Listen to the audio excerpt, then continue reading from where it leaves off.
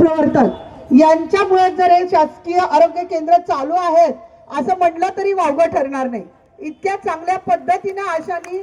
त्या ठिकाणी आरोग्याच्या सुविधा जनतेपर्यंत पोहोचवलेल्या आहेत। आज आशांनी केलेल्या कामामुळे देशातल्या माता मृत्यूचं प्रमाण कमी झालेलं आहे, बाल मृत्यूचं प्रमाण कमी झालेलं आहे आणि शासकीय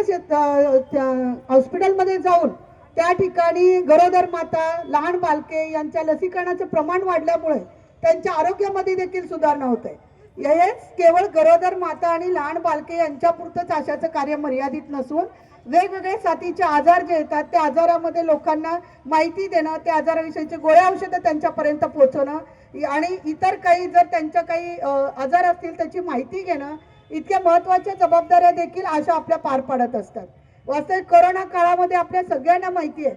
कोरोना काळ येईपर्यंत कुणालाही आशांची ओळख म्हणावी तशी फारशी नव्हती, परंतु कोरोना काळ आल्यानंतर आशांनी जे काही कामगिरी करून दाखवली ती एखाद्या सैन्याप्रमाणे तिनं ते काम केलं।